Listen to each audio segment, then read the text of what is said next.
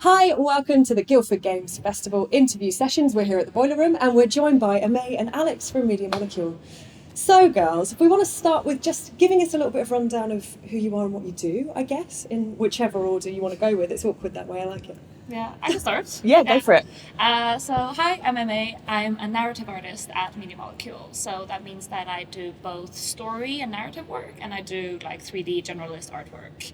And I try to somehow combine the two of them and help the team out with both of those aspects. Love it. Cool. And I'm Alex. I'm a producer at Media Molecule, and I mainly produce areas like user research and analytics and all sorts of different kind of UX related things. Lush, okay. And that's something else that I think we should find some time to talk about sometime, frankly, because UX absolutely fascinates me. But for now, we're going to, it's a general theme of women in games, but of course we can, kind of swoop around into all kinds of different topics within there. But starting at the start, first game you played, I guess, that really kind of sparked your imagination. And it doesn't have to be the very first, but the one that you really kind of remember, I guess, from childhood. Mine's quite a weird one. So when I was really little, like 4 or 5, my dad used to be a PC gamer, and he used to play an old game called Quest for Glory, or it was called Hero Quest at the time, which is like an old PC game because I'm old. But anyway, we all are, right. And he used to play that. But what he would do is he'd let me play the easy bits, like the bits that were like, there's a bit where you can like muck out a horse's stable, and there's like a hotel that's run by cats. Oh my gosh. And so I'd do that, and in my mind that was the whole game. That's all it would need to be. Because then he at night would then be playing and fighting dragons and doing the difficult bits, and I was like, this is a great game about a cat hotel. That's fantastic. But then of my own accord, I think the first games I remember playing when I was a little bit older, we didn't have a console, but my very good friend at the time, her and her brothers had a PS1, and I played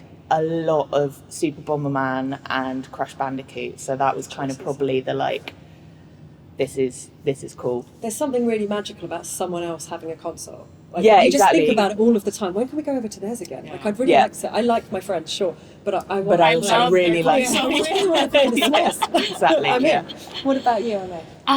I think the first game I really remember was my brother had an N64, and I would just watch him play games. And the one I really remember is Ocarina of Time, and he would be like, yeah, you can give it a go, when he allowed me to use the console. But I always got stuck on the first boss, that giant spider. And I think that's where my fear of spiders come from.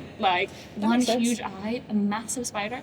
But I enjoyed that, but that game was a bit too scary for me at that young age. But when I got to play Wind Waker for the first time, that just totally resonated with me, and I was like, I love this game, I love the style, I love the story. It's so relatable for a kid to play it, because Link is a child in that game, and you're literally going out to save your younger sister. So I was like, yay, let me play this. And I think it's still my favorite game. I'm just it ages so well because of the style it chooses to do its art in.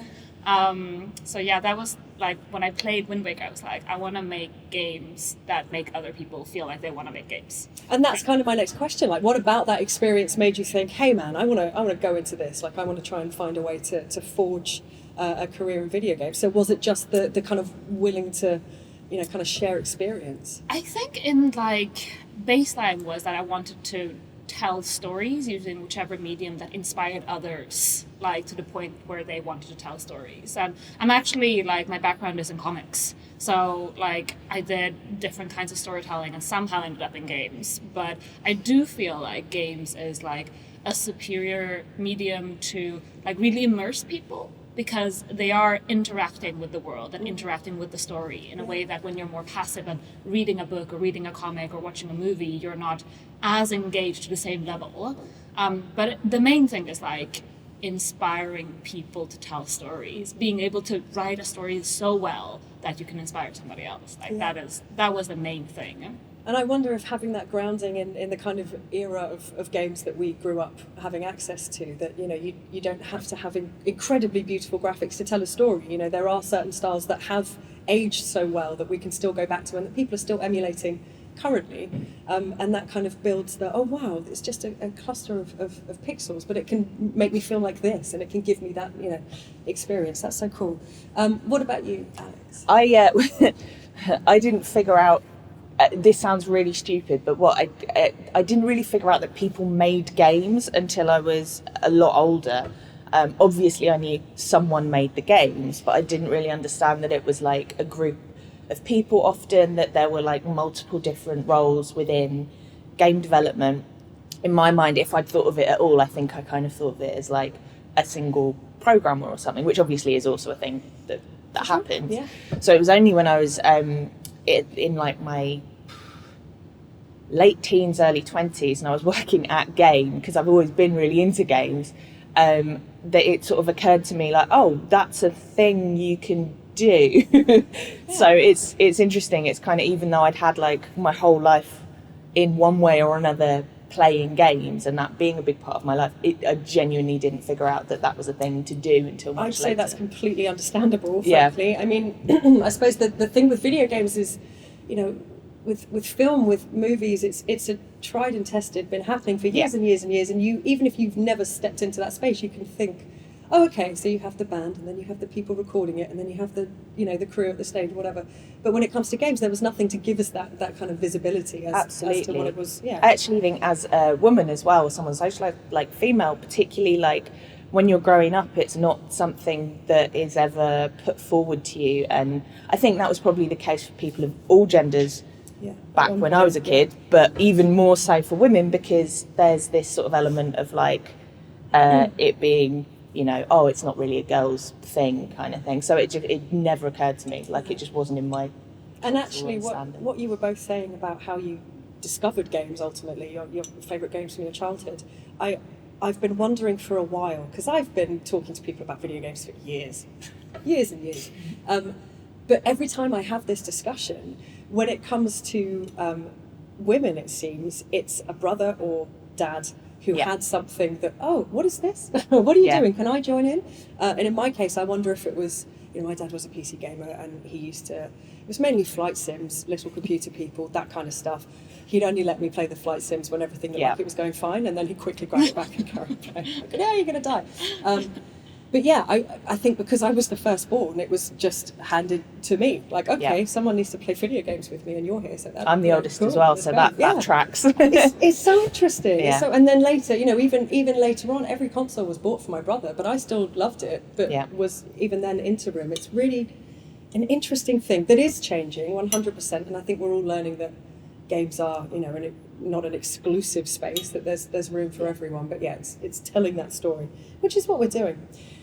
So along those lines, what do you think the industry could do as a whole? And I know, I mean, you guys in general working on dreams and really, you know, looking at putting those, putting the control in the players' hands and letting them kind of run with it. What do you think the industry could do to spark imagination of young women and other diversities, of course, to encourage them to come into games?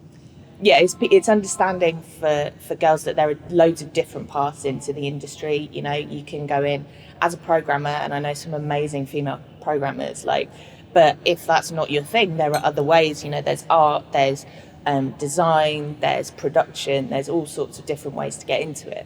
But the other thing is, I think, just making it a more welcoming space. It's a lot better now than it used to be, but it's still a bit of a boys' club in a lot of places, and it's still got some quite old-fashioned ways of working. A lot of places I've been are massively better than they used to be, and like Media Molecule is like great. We've got so many women, people from diverse backgrounds, but that's not the case across the board. And I feel like, you know, you've got to create a welcoming space if you want people from different backgrounds and different genders to come in. Absolutely, I agree. Yeah. I think also just like having visible women in games, like that can show you, I'm here, I'm doing this thing, you can too. Like having role models is huge. And generally when you look to the games industry, like most of the people you see on panels or like talking about games is mostly men. So then I think that signals something to like a younger population as well. Like this is what men do kind of. But apart from that, I think also just having games that represent and are diverse with their characters really help as well. Like, of course, like, we've all been playing games where it's like we can relate to a main character, but it's nice also to see yourself reflected in the games you're playing and feel like this was created by women for women, or just generally like, oh yeah, there's some background character or like side character or main character that is female. Like, I think that helps a lot as well. And there really is like a general public skew that women that play games are playing mobile games, that they're Tetris essentially, that kind of level. And there's so much, I think it's something that is maybe not understood by the wider game playing world, that, indie exists. I mean, look at Dreams and the amount of things that you can play within that are not, your classic kind of idea of a video game. And to try and encourage that diversity of story and experience that, I agree, we are lacking somewhat. Do you think there's maybe an element of lockdown, working from home, all of us being a little bit more distant, that has actually helped the likelihood of women coming into the games industry, which I know sounds a little bit crazy, but I find, working from home, having a good understanding of my work, home life balance and being able to kind of do it all from one space really works for me. I was wondering if it's the same. I'm sure it's the same for some dudes as well. But I think it's like, obviously it's come with positives and negatives, but I do think the more flexible the industry becomes, the more open it will be for people from all kind of places and backgrounds. Like the fact that you can hire somebody from across the world just because of their talent and not so much because they're there, because it's also like socioeconomic links or barriers, right? Like, can you move to this place that's quite expensive? You don't have the background to support you to do that. So I do think it comes with like some positives of being like more open and being like, you're great at this, it doesn't matter where you live, please work for us. And like, depending on your home situation, it's also very accommodating for that. So I hope that's the case, Yeah, fingers crossed. Yeah. It must be like, I suppose we almost grew up in a different time where, the amount of stories I've heard where people said, I went into Guildford and I knocked on the door of a studio and they let me in and then I worked there for 20 years. That, genuinely happened. But now the thought of doing that, knowing that there are plenty of other people who are aware of that situation, who know that games exist, who may or may not know about, hubs like Guildford, Leamington, that must be a really daunting and maybe not so achievable way to do it anymore. Yeah, I think I totally agree with Emei, because I think having the flexibility to work from home is really positive for accessibility, for example. It's really positive for I think with regards to women, a lot of women become the primary caregivers if they have children, as mothers, and if you don't have to drop your kids off at school and then come to work, then I think that's a lot easier, because there's the freedom that you don't have to make multiple journeys, have to try and get back in time. I think that's really positive. Obviously, there's also, dads who are doing the same thing, but it's more commonly women.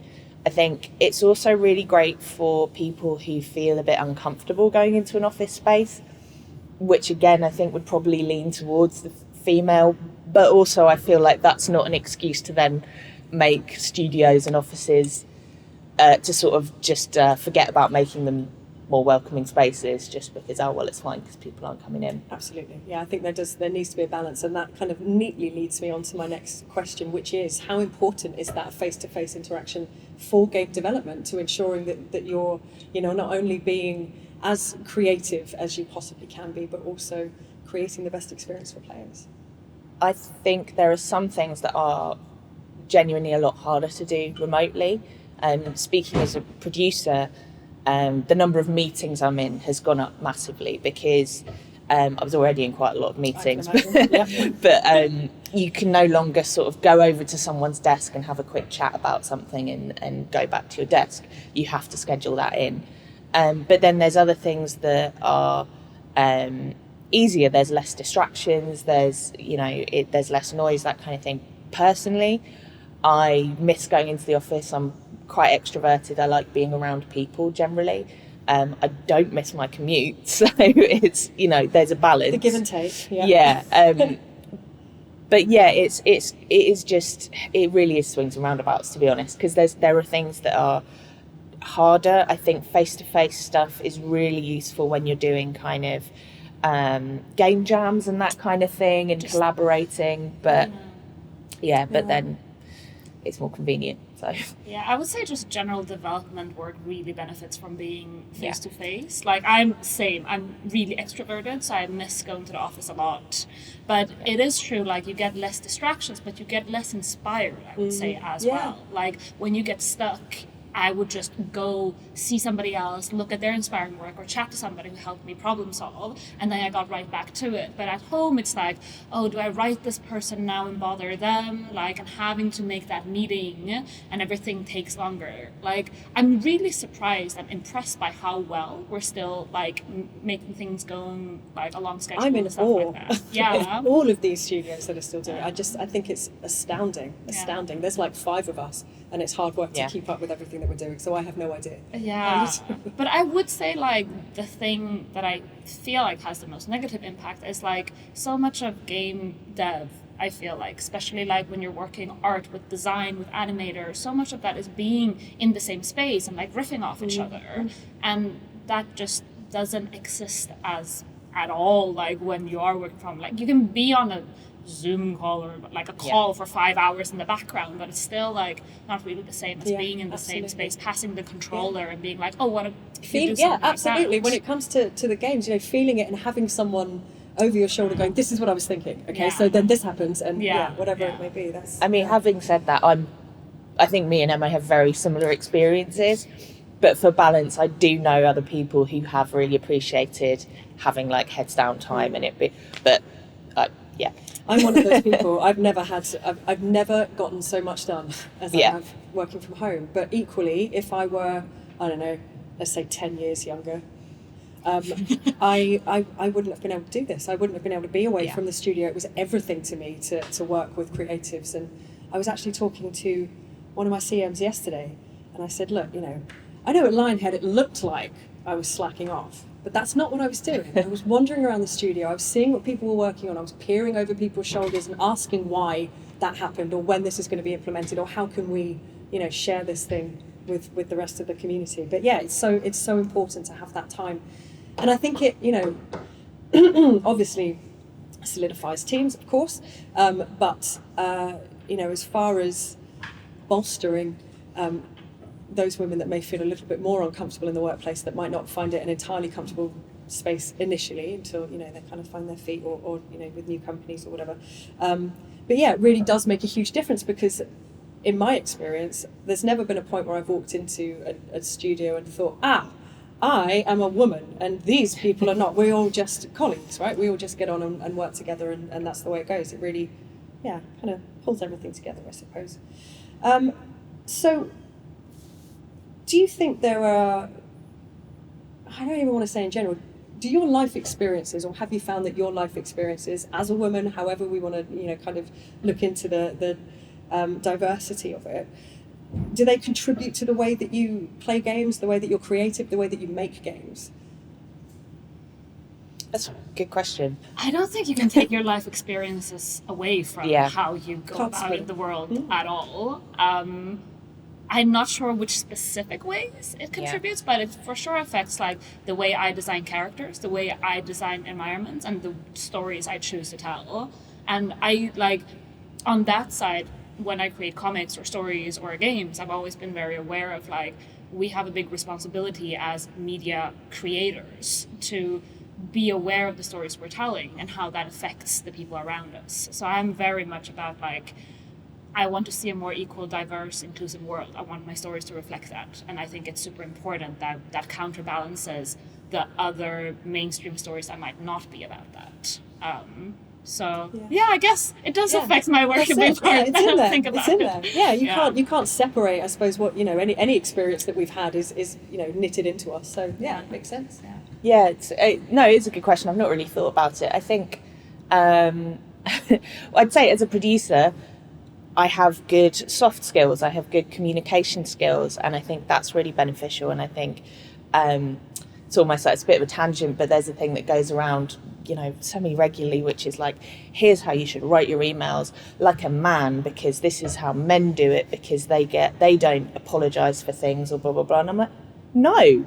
They should be taking tips from me. Yeah, like, you should write that in. Or not me, but you know what I mean. Like Yes, me no, specifically. Let's put Alex at the top and we'll work it out from there. Yeah. But like, as in having those soft skills of being able to, you know, communicate in a smoother way, I think are a positive. They're not a negative. This whole thing of being like, I think being too apologetic is not necessarily great, but being friendly and being open and not being abrupt and being aware of other people's feelings and time has been incredibly beneficial to like a lot of people, and a lot of the people who I interact with who are the best at that often are women. And like, again, that's not we're not here to generalise. Exactly. It's just, but often I think, you know, women, through the way we're raised and the way we're socialised, like have learnt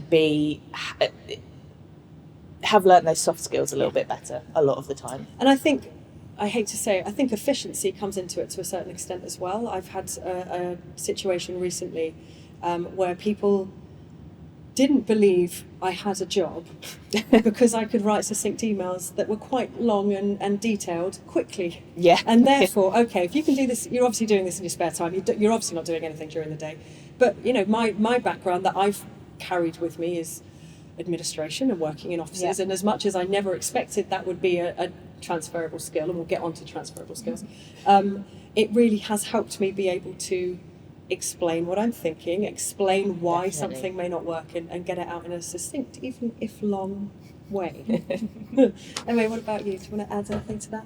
No, not really. I mean, people call soft skills, but they are really essential skills. Like, if you're not good at collaborating, you might not get hired, or you might not keep your job. Like, if you can't communicate and do all these soft things, like, you're not a team player, really. Yeah. And those are like vital things when you want to work in such a collaborative environment. So that's all I want to say. Like, they're essential skills. Definitely. And actually what's really interesting about it is that I think all three of us could describe ourselves as extroverts, and I think a lot of our games industry counterparts would probably say the same. And it's so interesting that you're almost that personality to be able to step into a studio and go, hey, I'm here now. Like, yes, things are changing. Yes, it's going to get easier for women to feel like there's a good kind of gender split. But you have to almost be that bold character to be able to step into the situation. But then to have that softness to be able to handle it is such a vital, it's an interesting juxtaposition. And also being able to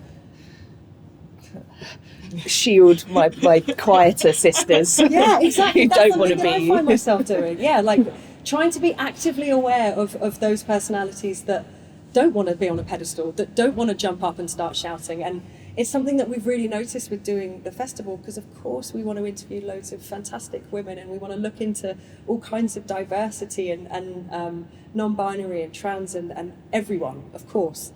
However, those personalities aren't always comfortable to be on camera. Totally. So thanks, Alex, for That's passing right. it out. Always happy to be a loud mouth. Exactly. I feel Me the same. too. You guys are just facilitating this. Yeah, you know that, excellent. right? Okay, good. Following on from that, how can we encourage more diversity of story and diversity of experience into our kind of game making environments? I think just having people from as wide a variety of backgrounds as possible on the team.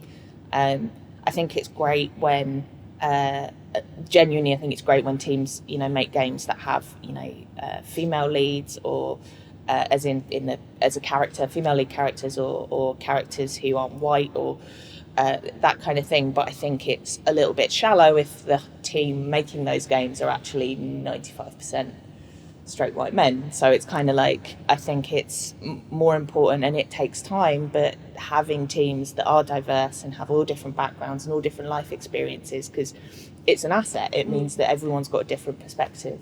Yeah. I think also, like, for us louder people to make space for, like, for quieter people to, like, say what they want to say, because sometimes it's really hard to, like, pipe up and say these things, and as well as like having people of diverse backgrounds in leadership positions Definitely. that can then fight for these stories or just put them up on the table, honestly. So yeah. And I think, you know, the thing that we're almost up against to a certain extent is we're in the south of England. You know, this is such a difficult space, you know, working with all of this creativity that we have in Guildford and in the surrounding areas. And then to try and bring that diversity in, I wonder if there's an element, you know, of course what we were talking about, working from home and all of that kind of stuff absolutely helps. But yeah, I wonder if we need to be almost approaching it in a different way, that we don't necessarily need to kind of engage people that have worked in games forever. Let's think about those transferable skills. What could, you know, work in this industry that actually you could come and do that over here and do it in a slightly different way. So do you guys think there are any kind of immediate transferable skills that pop into your head if anyone at home is watching this and thinking, hey, maybe I'd like to get into video games? Is there anything in particular that would be a good kind of stepping stone? So many. Like, I think it can't get away from the fact that the games industry is difficult to get into. Like, it just is. But there are so many transferable skills and there are so many different paths. Like, I am such a believer in, like, there is no one way to get into games. Like, I had a roundabout way of getting into games. I know other people who've had the very, you know, traditional route. I worked in retail for a while, before I got into games. That's what I did. I worked in shops and stuff. And there was loads of stuff I learnt there that I did not enjoy working in retail at the time, but became really useful. Like, I had to do lots of customer interaction and customer support, which then was useful later because when I first came into games, I was doing QA and customer support, which is interacting with people. I'd say any kind of written skills can be transferable if you do a little bit of educating yourself to games writing or even to games design. A lot of it is just seeking out resources that mean that you can kind of slightly shift your skill set, because honestly, like, there are so many different roles in games and there are so many different things that can feed into that. Agree. I think that most things are probably transferable. Yeah. Like, all you have to do is dare to apply. Like, that's the main thing. Just go for it, and then the worst thing they can say is no, and then you try again, and then you can take the different courses that try to, like, you know, hone you in on the thing. But I think so many things from different areas would really contribute to making more diverse games as well. Like, having these different backgrounds and the different skills helps make a more, like, alive game, I would say. 100%. And I also wanted to add to the last thing, like, what we can do to, like, help making games more diverse is, like, hiring consultants. Like, we have people who are, like, consultants in various areas that you can hire in. You pay them to do work to make your game better. I just wanted to mention that because I'm like, we should really, like, you know, sensitivity readers, people, like, who can just check, like, is this game actually, like, doing a good thing? Kind of look at it from a very high level and understand. And, like, fresh eyes, honestly. Yeah. So, I just wanted to add that. No, absolutely. Thank you. So, do you think there's anything in particular, and again, this can be quite a big general question, do you think there's anything that we could kind of focus on a bit more when it comes to portraying women in video games? Anything at all? Like, there's loads. I'm not going to take I think having more different character types. I think games generally will skew towards having these very strong archetype kind of characters, not just female games characters, but generally, because, you know, you're telling a story, you know, you have often, if it's a first-person game or whatever, they're inhabiting this character, so you need just a very strong, easily recognisable archetype, and that's cool, that's fine. But I think the more female characters, and this is the same for, like, film and TV and whatever as well, should be allowed to be messy and should be allowed to be not, like, you know... to be flawed. Yeah, to be flawed. Absolutely. And for it not to be this kind of, they're the kick-ass woman who don't take no for an answer kind of thing, or they're a baddie but they're still kick-ass, or they're the love interest and they're beautiful and they're wonderful and they're tragic usually and all of that stuff. I'm not saying those characters are necessarily bad, but there's no depth. There's no like, this character's actually really lazy or whatever. Like, you know, I was talking whatever. about this with the girls from Supermassive, in that, you know, I love video games, of course I do, but if you're asking me to play Nathan Drake, I feel that he's too polished. He's not falling over anything, and he's not feeling awkward about stuff. And actually, I want to play Fleabag. Yeah, That's yeah. what I want. I want to be God. that character. You know? I happily, if you guys want to make it, I'll Oh shout my, out. I would play that game. But do you know what I mean? Something where you're just a little bit hapless, because I don't. Of course, we want different experiences, and the whole point of playing video games is to step out of, you know, the world that you're in and experience something different. Of course, however, I'm finding as I get older that I'm gravitating towards games where I do whatever I want to do, as opposed to following a kind of progression line, because it doesn't feel. I think indies are getting quite like really good at that. I've played some really good indie games with sort of complex female characters, but it's still the minority, I guess. Yeah. Just adding more depth and nuance. And I think a lot of that is, obviously because I work with narrative, just allow story to take more space in your game. And of course I realize not every game is a story-driven game, but to just like spend some time and do the work, because like we kind of need to view story and narrative as another system that goes in, apart from just art and design and audio. Like narrative and story is really important, and allowing the like development time to really like write those characters that are nuanced and interesting and flawed and deep, you know. Yeah, have those levels, definitely. And you know, that ultimately would come from almost not thinking about it, having the diversity in the workforce and allowing them to just pour their creativity into something and hone it at the end as a team. But yeah, it should just be a natural flowing thing, I suppose. Okay, it's the two big questions. Just got the two big questions left, nothing to worry about. Nice. Favourite female character in games so far? Oh my god, yes. Any era, any game, any time, whatever you want, hit me. My mind's been completely blank. I'm Go. gonna Oh, it will come to you, don't worry, say it will come to you. I just love Ellie in The Last of Us. I was literally, when you started talking Yeah. about flawed characters, I Yeah. thought of Ellie. Yeah. She has it, definitely. I think it's just because I think that's one of, especially part 2, like one of my favorite games of all time. Like just because it's just like a masterclass in game marrying like cinematic and story and storytelling and narrative, and just how they can make you hate a character and then love that character and then hate them more, you know. It's just, yeah, I think she's awesome and she's super flawed and she's just great. Love her. Yeah, agreed. Good choice. Dare I? My How you mind is feeling? gone. Should we? So blank. I can think of the problem I'm having is I can think of loads of female characters in games that I've enjoyed, but they're all I'm like a goldfish, so they're all ones I've played recently, and I'm like trying to think like I think that's fine. Yeah. I really enjoyed Rivet in the latest Ratchet and Clank, even though she's essentially the female version of Ratchet. That's okay.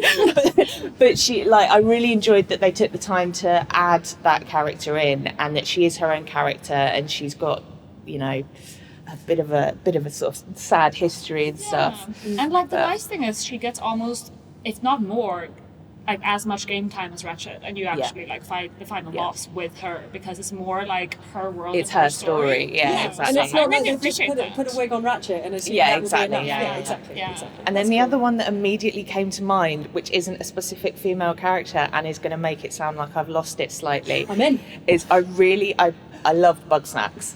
Oh my god. Bugs now. And one of the things I loved about Bugsnax was, you know, again, not human. I don't know what this is saying about the state of my brain, but the female characters in that, they were so different. All of the characters were great and I loved all of them and it was so much fun.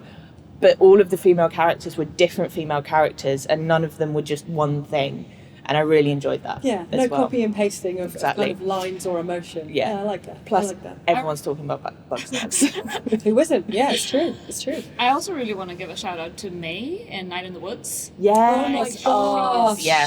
also That's such a good shout. Yeah, That's really good. Like that's I love also like that. a heavy narrative game, but I just love how she's written. How you don't really know what's happening, but like she could be any gender, honestly. Yes. But I like that. Like all those characters just feel like real people. And much, although there is a fantastic story there to follow, and Yeah. you're discovering things as you go, just existing as May Yeah. is rad. Yeah, Walking around that town exactly. and jumping over things, and smashing up that car, just like I'm Oh, kicking gosh, I love myself that game. because that's one of my favourite games, and that just didn't appear. So Yet what we'll another do- not human character. Yeah. And- We'll take Emei's VO and we'll just put it over a Yes, still image. of it. perfect. exactly. Yeah, Done. Just I see no issues. All done.